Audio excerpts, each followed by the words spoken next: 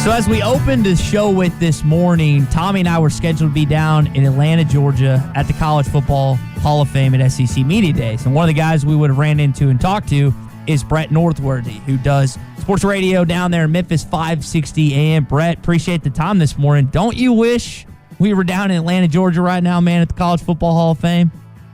You better believe I do, Ty and Tommy. Good to talk to y'all, and yes, I do. I wish I would have been at the Cubs and the Braves yesterday at Trustmark Park like I had planned, but I wish my 2020 had gone as planned, but it hadn't for any of us, and we're not there, and it's very sad for me. I love going to SEC Media Days. Today we'd have been talking about Florida and the national champion LSU Tigers, and Missouri with one of the four new coaches, three of them in the SEC West.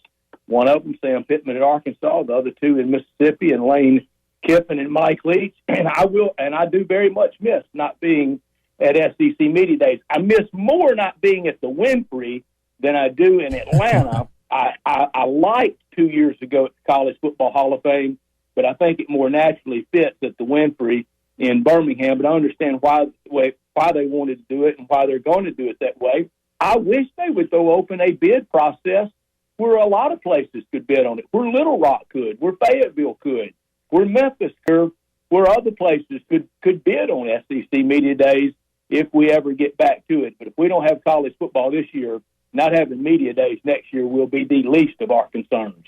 So the athletic directors of the SEC are meeting with Greg Sankey probably right now, Brett, if not later this morning. What do you think the first topic of conversation is that they're going to be hitting on? I think it's the biggest meeting the SEC has ever had, the one going today, since the league was founded in Knoxville in 1932. It is of epic, dire proportions. Without college football, it is the apocalypse, not just for college football, but for college sports and for universities. There are people out there that may say, well, that's way out of whack, that a university's future could hang in the balance. Sorry, it is, and it's going to be. But the first thing they're going to try to do today, I think, is listen to medical, as we all have tried to during all of this. Since Rudy Gobert night, March 11th on, we have tried to listen to the medical officials. And I wish people set the record straight. You know, last week the Ivy League got out in front of Greg Sankey. Greg Sankey got bamboozled last week by the Ivy League, a new commissioner of the Big Ten that nobody even knows his name, and Larry Scott, the biggest clown in all of college sports at the commissioner level. And Greg Sankey got bamboozled by him, but to get bamboozled by the Ivy League was really a blow.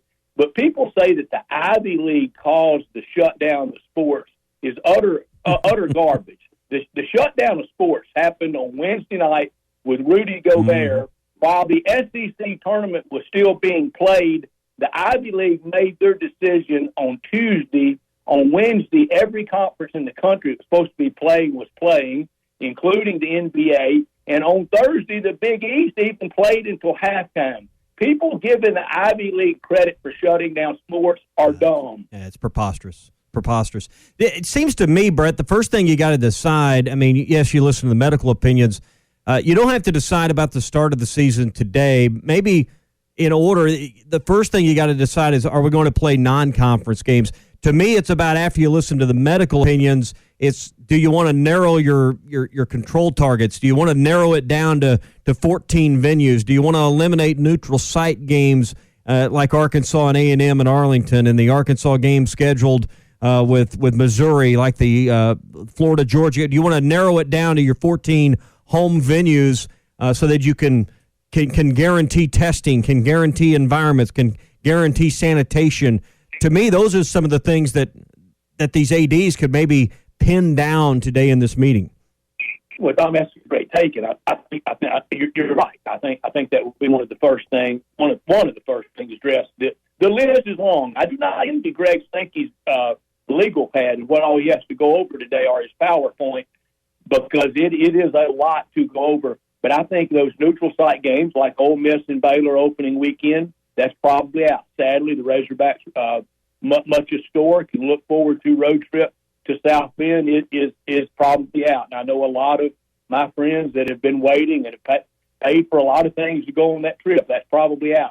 I think it will go down to conference only, because that was another thing that the Big Ten and the Pac-12, the old Rose Bowl alliance, the conferences that stood in the way forever of a playoff, the ballyhooed granddaddy of them all. And I've been to a Rose Bowl, and it is great to go to, but I got to go see an SEC team in it to see Georgia beat Oklahoma in it, which was really more fun for me than seeing Pac versus Big Ten.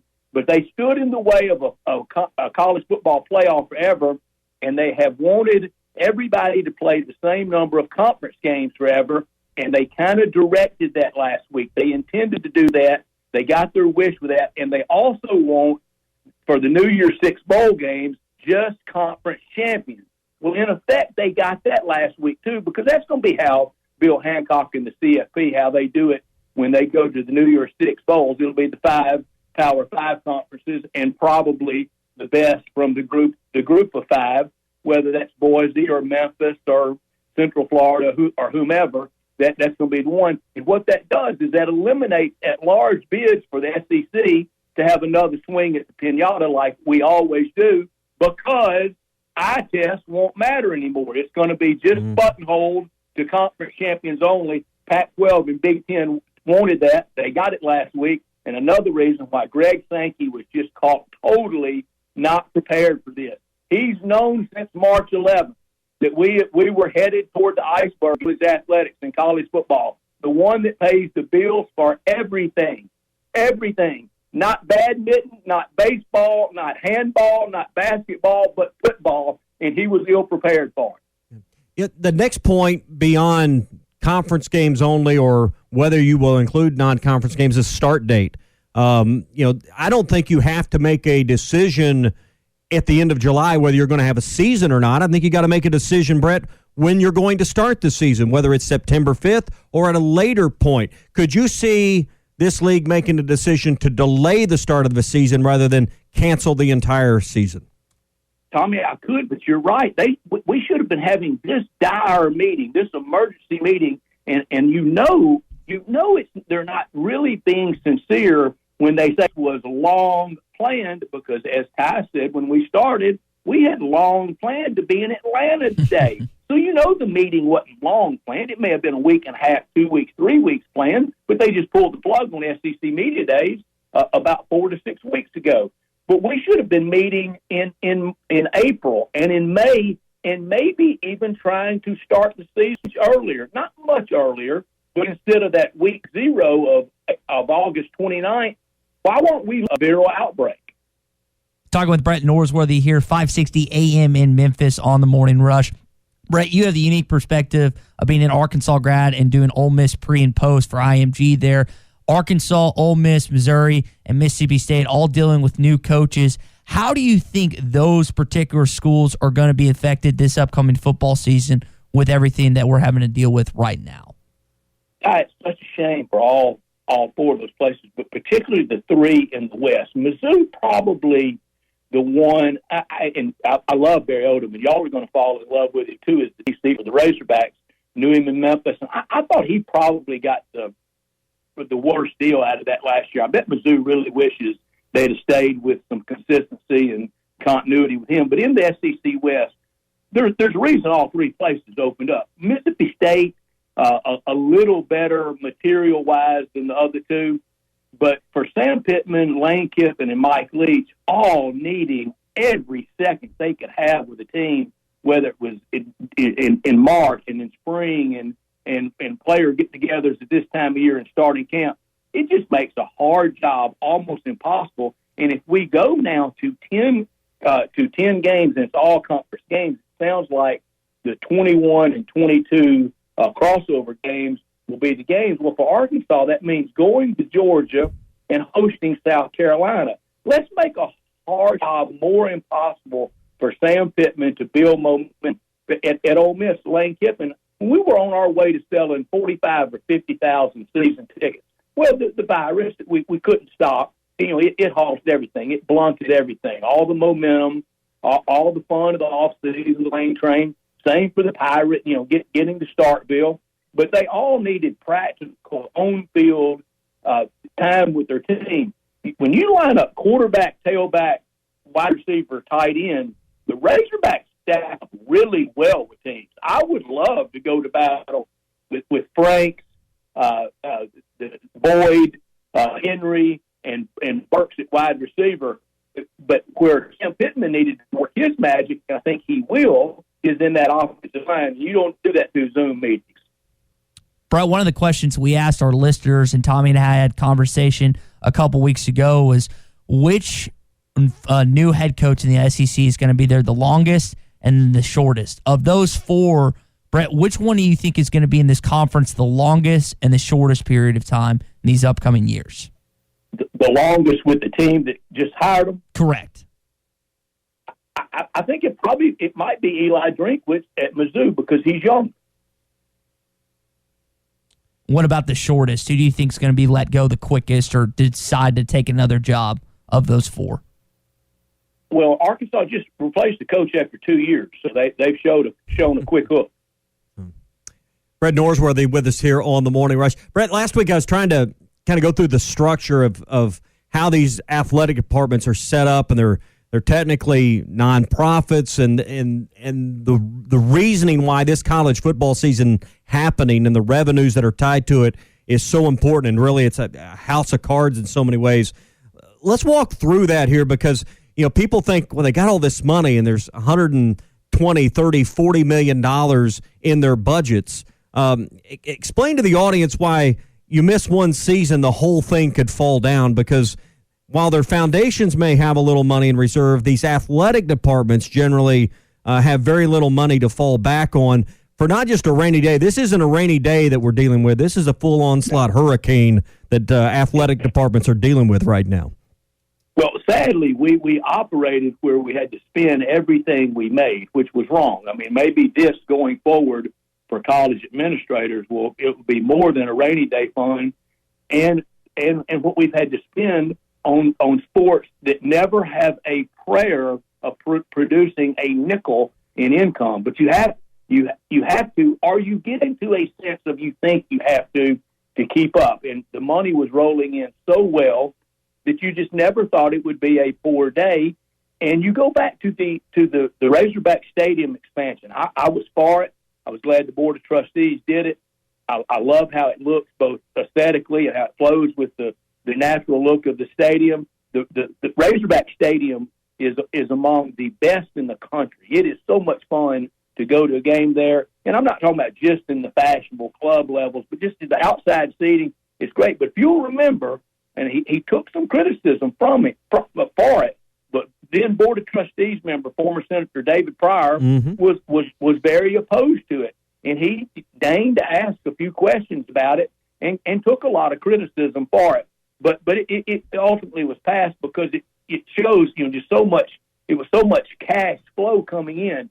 But you mentioned the kind of the books of it. Learned in this from a lot of companies and a lot of individuals. And in sports, you learn it a lot of times. There's a difference between on paper, net worth, and then being cash liquid.